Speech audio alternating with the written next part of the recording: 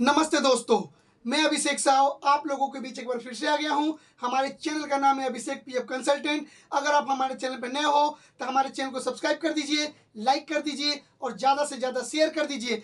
आज के डेट में पीएफ की जो सबसे बड़ी समस्या है वो है अकाउंट डिसेबल की समस्या।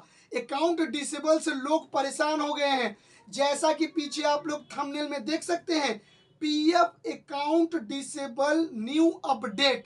अब अपडेट क्या है यहाँ पर देखिए, थंबनेल में बहुत सारा पॉइंट दिया हुआ है। मैं हर एक पॉइंट के विषय में आपको बताऊंगा विथ क्लियरली कि अकाउंट डिसेबल कैसे हुआ, क्यों हुआ और इनेबल होगा या नहीं होगा, या सभी पीएफ मेंबर्स का पैसा फंस गया। अगर अकाउंट डिसेबल हुआ है तो वीडियो को पूरा देखिएगा। अगर अकाउंट डिसेबल से आपको कोई मतलब नहीं है तो वीडियो को आप लोग यहीं से स्किप कर दीजिए। Clear guys? चलिए गाइस, हम लोग वीडियो को स्टार्ट करते हैं। देखिए गाइस, जैसा कि जो नंबर 1 पॉइंट लिखा हुआ है, आत्मनिर्भर भारत रोजगार योजना, तो कहने का मतलब है कि सर अकाउंट डिसेबल का आत्मनिर्भर रोजगार भारत योजना से कनेक्शन क्या है। बहुत सारे यूट्यूबर्स ऐसे हैं, कुछ कुछ यूट्यूबर्स में नाम नहीं लेता हूं किसी का, दूसरे लोगों की तरह। Clear guys? इशारा ही आप लोगों के लिए काफी है। कुछ कुछ यूट्यूबर्स हैं कि बोल रहे हैं कि आत्मनिर्भर भारत रोजगार योजना के तहत अकाउंट को डिसेबल नहीं किया गया है। जो जो लोग आत्मनिर्भर भारत योजना के बारे में बोलते हैं, ये एक मन गढ़ंत है, मतलब खुद से सोचकर जो मन वो बोल देते हैं। तो वो लोग जो जो यूट्यूबर्स ये बात बोल रहे हैं, वो लोग अपने आप को समझते हैं पीएफ ऑफिसर्स, सोचते हैं कि वही ऑफिसर्स हैं, वही पीएफ का पैसा उठा रहे हैं, वही पास करवा रहे हैं। ये मैं नहीं बोलता हूं जब तक मेरे पास कोई सबूत ना है। चलिए गाइस, मैं आपको लाइव प्रूफ दिखा देता हूं। मैं अपने कैंडिडेट का नहीं दिखाऊंगा। आज ही मैं फेसबुक पे देख रहा था, एक मदन दास बोल के एक पीएफ के क्लाइंट है, उन्होंने ही पीजी पोर्टल पर एक कंप्लेंट डाला था और उसी का स्क्रीनशॉट लेकर फेसबुक में डाल दिया था। जैसा कि पीछे आप लोग स्क्रीन पर देख सकते हैं, बंदे का नाम है मदन दास। अगर मदन दास जी, अगर आप भी ये वीडियो देख रहे हैं तो धन्यवाद इस फोटो को छोड़ने के लिए कि लोगों को मैं लाइव प्रूफ के साथ दिखा सकूं। मेरे पास भी बहुत केस है, लेकिन मैं दूसरे लोगों का ही लेकर दिखा रहा हूं। Clear guys? ये पीजी पोर्टल है, सीपी ग्राम सेंट्रल लेवल पे कंप्लेन यहां पर किया जाता है और सेंट्रल पीजी ऑफिसर इसे पीएफ ऑफिस में केस को ट्रांसफर करते हैं और पीएफ ऑफिसर्स इसे वेरिफिकेशन करके जो रिमार्क होता है वो बताते हैं। देखिए गाइस, इस बंदे ने कंप्लेन में लिखा था, सर जी मेरा ये यूएन नंबर में कोई तो डिसेबल कर दिया था, प्लीज आपको मैं रिक्वेस्ट कर रहा हूं डिसेबल हटाने के लिए। और भी बहुत सारा है। तो इसने बंदे ने कंप्लेन किया था 24 अगस्त 2022 को और इसका 26 अगस्त 2022 को पीएफ ऑफिसर के द्वारा ये रिप्लाई दिया गया। रिप्लाई को मैं पढ़ दे रहा हूं, ध्यान से अच्छा से आप लोग सुन लीजिएगा, ये कान को खोलकर। और जो यूट्यूबर इसके विषय में बोल रहा था कि इसके चलते नहीं हुआ है, उनको भी ये दिखा दीजिएगा। Clear guys? इससे बड़ा कोई ऑफिसर से बड़ा कोई नहीं है गाइस। ऑफिसर जो बोलेंगे वो अपना वेरिफिकेशन सिस्टम चेक करने के बाद बताते हैं। देखिए, मैं आप लोगों के लिए पढ़ दे रहा हूं। In order to prevent probably misuse of ABRY scheme, Aatmanirbhar Bharat Rozgar Yojana, UANs registered under ABRY by the establishment, यानी कि कंपनी के द्वारा उस मेंबर के इस्टेब्लिश आईडी के द्वारा उस मेंबर के यूएन नंबर को आत्मनिर्भर भारत रोजगार स्कीम में डाल दिया गया। Clear guys? उसके बाद establish covered after establishment covered after 30/9/2020 have been disabled, यानी कि 30/9/2020 के बाद जिन जिन लोगों का इस योजना में डाला गया उनको टेम्पोररी बेस पर क्या कर दिया गया, डिसेबल कर दिया गया। Clear guys?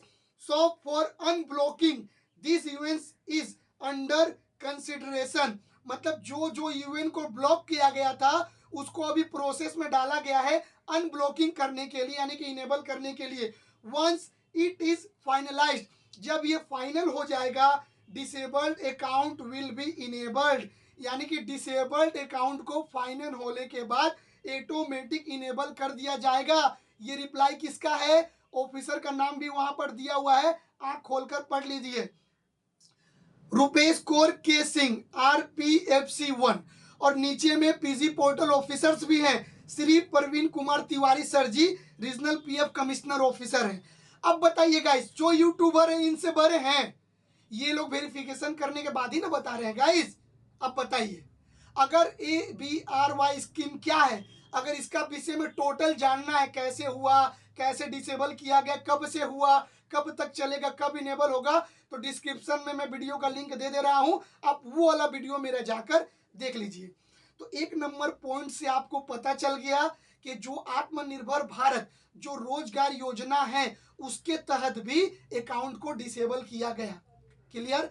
अब आते हैं दोस्तों हम लोग पॉइंट नंबर 2 के ऊपर, bank KYC third party previous member ID add, यानी कि ऐसे लोग जो गलत तरीके से अपने PF अकाउंट में मेंबर ID ऐड करवा के प्रीवियस में, यानी कि प्रेजेंट में जिस कंपनी में आप काम कर रहे हैं, आप प्रीवियस में मेंबर ID ऐड करवा के अपने पैसे को उठाएं। PF ऑफिस को शुरू में नहीं पता चला, लेकिन जब ये काम अनलिमिटेड हो गया तो अनलिमिटेड होने के बाद PF ऑफिस इसका ऊपर एक्शन ले ली, और जिस बंदे ने प्रीवियस मेंबर ID जोड़कर अपना बैंक KYC किया था, उन टोटली अकाउंट को डिसेबल कर दिया गया नवंबर 2021 से। क्लियर गाइस, ये हो गया प्रीवियस मेंबर ID वाला। जिन लोगों ने, अगर आपका जिस लाइन में है आप लोग अपना मिला लीजिएगा। क्लियर। उसके बाद पॉइंट नंबर आता है 3, ध्यान से देखिएगा, bank KYC third party present member ID add, ऐसे लोग जिन्होंने प्रेजेंट में मेंबर ID जोड़कर अपना KYC अप्रूव कराया था, अपना PF का पैसा उन लोगों ने विड्रॉल भी कर लिया। क्लियर गाइस, तो ये डिसेबल नहीं होता, लेकिन ये इतना ज्यादा होने लगा अनलिमिटेड KYC, जिस वजह से PF ऑफिस को इसके ऊपर एक्शन लेना पड़ा।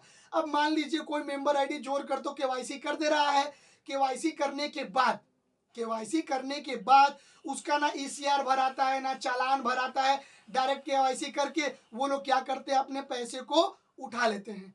Clear guys. अब इस सिचुएशन में जिन लोगों ने प्रेजेंट मेंबर ID जोड़कर अपना KYC करवाया था, उन लोगों का भी धीरे धीरे अकाउंट को डिसेबल किया जा रहा है, जो बाकायदा मैंने पिछले वीडियो में बनाकर आप लोगों को बता दिया था। अगर आपने भी अगर गलती से भी प्रेजेंट मेंबर ID जोड़कर अगर अपना KYC कर लिया है, तो मैं आपको एक ही सॉल्यूशन देना चाहता हूं। अगर आपका सर्विस 5 साल यानी कि 60 महीना से अगर ज्यादा है और आपका कंस्ट्रक्शन ऑफ हाउस का ऑप्शन आता है, तो आप लोग संग क्या करिएगा, आपका जितना भी उसमें अमाउंट दिया हो आप पूरा पैसा विड्रॉल कर लीजिए एडवांस के रूप में। कंस्ट्रक्शन ऑफ हाउस का फॉर्म भरकर उसमें 500 1000 रुपया आप छोड़ सकते हैं बाद में ट्रांसफर करके अपना उठाने के लिए। क्लियर गाइस, ये था 3 नंबर पॉइंट। ये 3 पॉइंट बहुत जरूरी थे। इस 3 पॉइंट के चलते आज भारतवर्ष में टोटल 80 से 85% ID को डिसेबल किया गया है। जितने भी आज तक डिसेबल हुए हैं वो 10,000 हुए हैं या 20,000 हो या 1 लाख हो या 10 लाख हो, उससे मतलब नहीं है। लेकिन 1 नंबर पॉइंट, 2 नंबर पॉइंट और 3 नंबर पॉइंट, ये 3 पॉइंट के चलते टोटल 80 से 85% ID को डिसेबल किया गया है। क्लियर गाइस, आगे हम लोग बढ़ते हैं। हो गई पॉइंट नंबर 4, ई श्रम कार्ड। बहुत सारे लोग बोलते हैं कि सर मैंने ई श्रम कार्ड बना लिया, जब मैं PF ऑफिस के कस्टमर केयर में फोन करता हूं तो वहां मुझे से ये रिप्लाई मिलता है कि सर आपने ई श्रम कार्ड बनाया था इसलिए आपका अकाउंट डिसेबल कर दिया गया।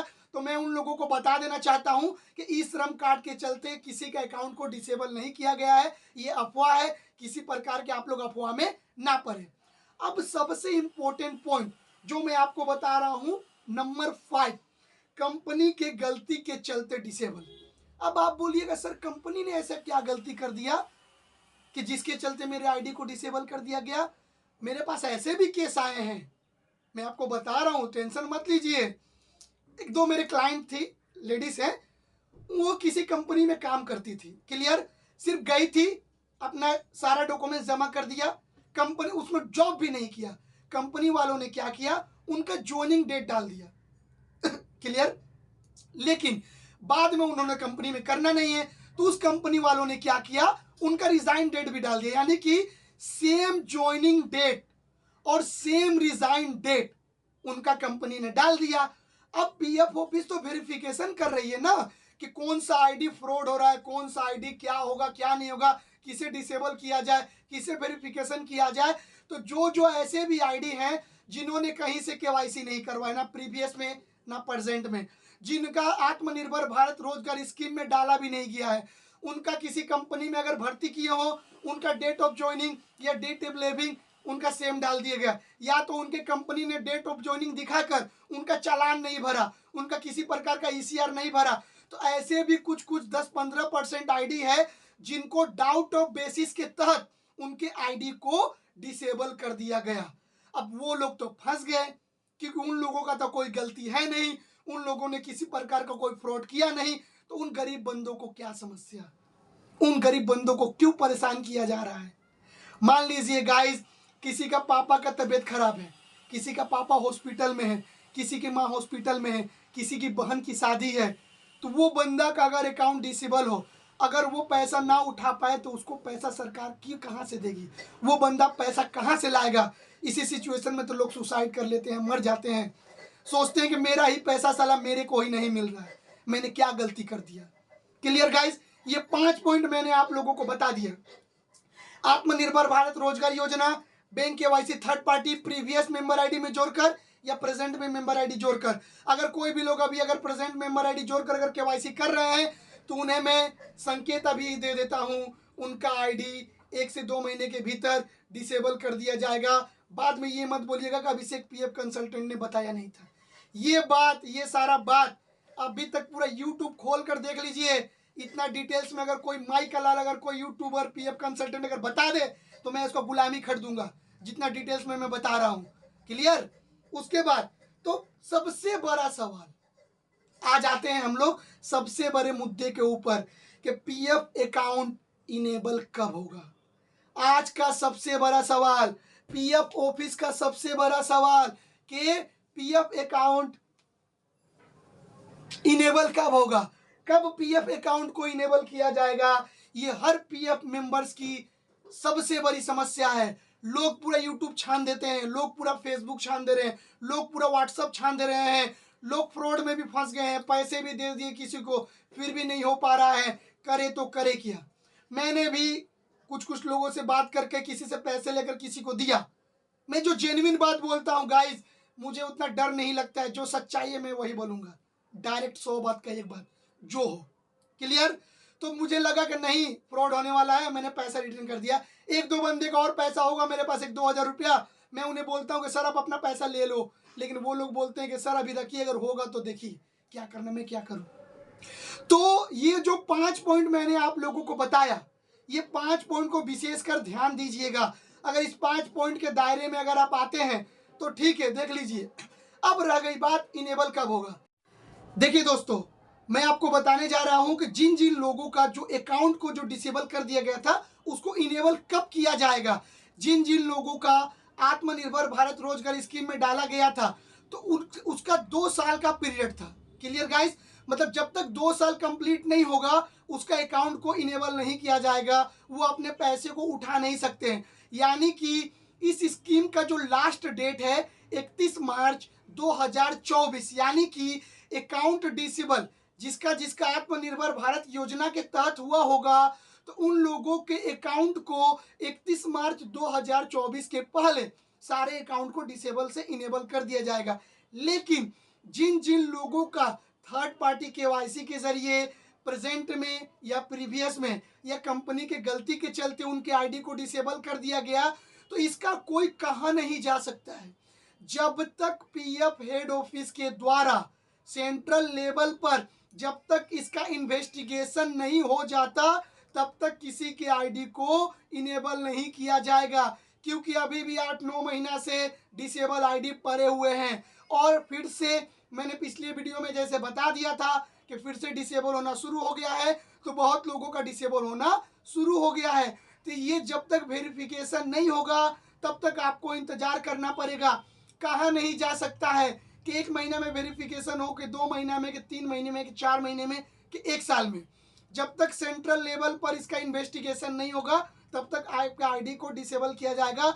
और मुंबई का तो आप लोग न्यूज़ सुने ही होंगे, ईपीएफओ स्कीम के तहत 1000 करोड़ रुपया का घोटाला हुआ है। अब इस घोटाले के तहत वेरिफिकेशन और बढ़ गया है। जब तक वेरिफिकेशन कंप्लीट नहीं होगा, जिन जिन लोगों का केवाईसी हुआ है, वेरिफिकेशन कंप्लीट होने के बाद ही उन लोगों के आईडी को डिसेबल से इनेबल किया जाएगा। Clear guys? किसी के बहकावे में मत आए, किसी को 1 रुपया ना दें। कि कोई आपको अगर बोल रहा है कि नहीं ऐसे होगा वैसे होगा, तो आप खुद इसके जिम्मेदार होंगे, जिम्मेदार कोई नहीं होगा। मैं बाकायदा 13 से 14-15 मिनट का वीडियो बना के मैं आप लोगों को बता दे रहा हूं कि कौन कौन सा ऐसा रीजन है जिस रीजन के चलते आपके आईडी को डिसेबल किया गया है। अगर आप लोग समझदार हो तो इधर इधर के बहकावे में मत आए, चुपचाप आप लोग इंतजार करें। जब तक वेरिफिकेशन कंप्लीट नहीं होगा तब तक किसी के आईडी को इनेबल नहीं किया जाएगा। इसमें 5-6 महीना का भी टाइम लग सकता है। अगर लगे कि अभिषेक पीएफ कंसल्टेंट ही एक ऐसा बंदा है जो अकेले अपने दम पर लड़कर अकाउंट को इनेबल करने का कोशिश करवा रहा है, कोई नहीं है मार्केट में जो डिसेबल के बारे में 2 शब्द वीडियो में खड़ा होकर बोलता है, कोई नहीं है। एक हमारे भाई हैं प्रदीप भाई, उनको दिल से धन्यवाद, टेक्नोलॉजी हब, उन्होंने कम से कम अकाउंट डिसेबल के बारे में सोचा और उन्होंने कुछ कुछ वीडियो बनाया हम लोगों के बात का रखते हुए। Clear guys? और कोई यूट्यूबर उतना नहीं मिला कि जिन्होंने अकाउंट डिसेबल के बारे में कुछ बता रहे हैं, क्योंकि उन्हें समझ ही में नहीं आ रहा है कि अकाउंट डिसेबल हो कैसे रहा है, क्यों हो रहा है। लेकिन एक चीज मैं आपको बताना चाहता हूं, वो भी आप ध्यान से सुन लीजिए। आपका जो अकाउंट डिसेबल हुआ है, अगर आप किसी कंपनी में काम कर रहे हैं, आपका पीएफ का पैसा कट रहा है, आपका 1 रुपया भी फ्रॉड नहीं होगा। आप लोगों का पैसा सही सलामत आपके पीएफ अकाउंट में ही जमा रहेगा, क्योंकि पहले ही पीएफओ ने पासबुक को बंद कर दिया था। इसके नजरिए देखते हुए उन्होंने फिर पासबुक को ओपन कर दिया।